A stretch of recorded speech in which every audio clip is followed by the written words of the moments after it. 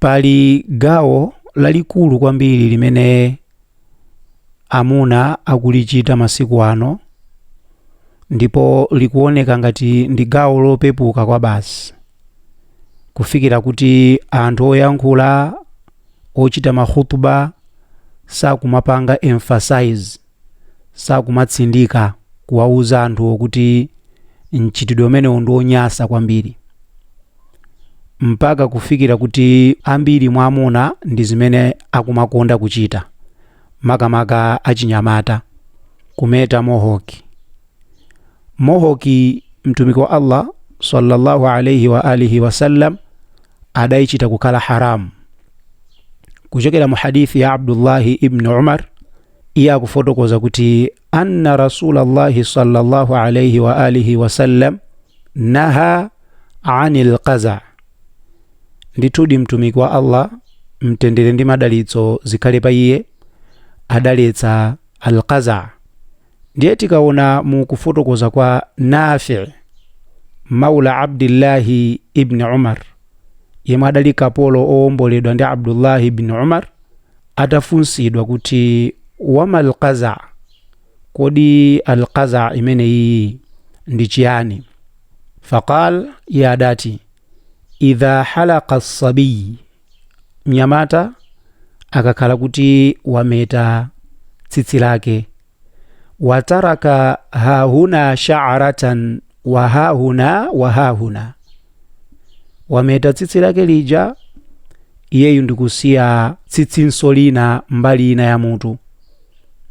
Ndipo iyeyu pofotokoza adafotokoza kuti an yutraka binasiyatihi sha'run, munthu nkusiya tsitsi lake paliwombo apa, walaysa fi ra'sihi ghayruhu, koma mbali inayi osasiya tsitsi, kumeta ndithu. Imeneyo ndiye ndi al-qaza.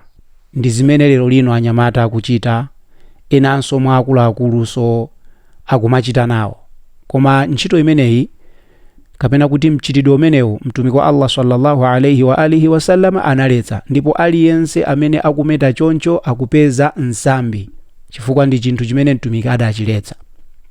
Ndiye tikumbukire kuti izi tipanga, koma timwalira.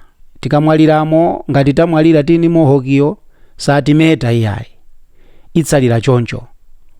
Ndiye tikumbukire hadithi ya Abdullahi komanso Anas ibn Malik, imene mtumiki wa Allah sallallahu alayhi wa alihi wasallam akufotokoza kuti iyeyo adzakhala ali pa al-hawdh, ali pa chitsime chimene anthu adzabwera kumadzamwa madzi ndikumapita kukalowa ku janna. Ndiye mtumiki azanena kuti bwerani dzamweni kumayitana asilamu pamene pacha.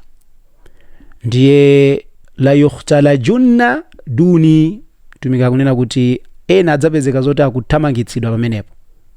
Fa aqul, ndiye ine ndidzayankhula, ya rabbi, inu Allah, ashabi amene ondotsatira anga. Fa yuqal, ndiye zidzayankhulidwa kwa iyeyu mtumiki kunena kuti innaka la tadri ma ahdathu ba'dak, iweyo sukudziwa zimene anthu adachita pambuyo pakumwalira iweyo. Ndipo tikabwera mu hadithi ya Abu Sa'id al-Khudri, iyeyu akuonjezera kuti qala Rasulullahi sallallahu alayhi wa alihi wasallam, mtumiki wa Allah mtendere madalitso zikhale pa iye adzayankhula kuti innahum minni, amene otu ndochokera mu gulu la ineyo, amene ndochokera mu chiphunzitso changa, amene ndi asilamu. Fayuqal, zidzayankhulidwa kuti innaka la tadri ma baddalu ba'dak, iweyo sukudziwa zimene adayambitsa, baddalu zimene adabweretsa pambuyo pa iwe. Iwo dawaletsa kuti izi musachite, iwo wande anaziyika zinthuzo patsogolo, ndikumalowa nazo mu mzikiti, ndikumakhala choncho ndithu ngati asilamu. Umoyo wawo wonse kametedwe kawo ndikumatani, ndikumakasiya choncho.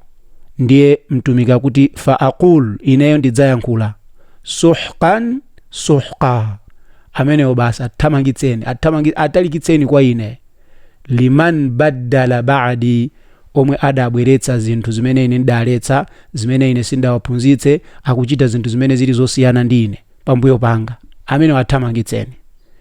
De imagine mukubwera pamaso pa mtumiki mohokiyo ili mmutu, ineyo mudzifunse kuti adzakulandirani mtumikiyo kapena iyayi.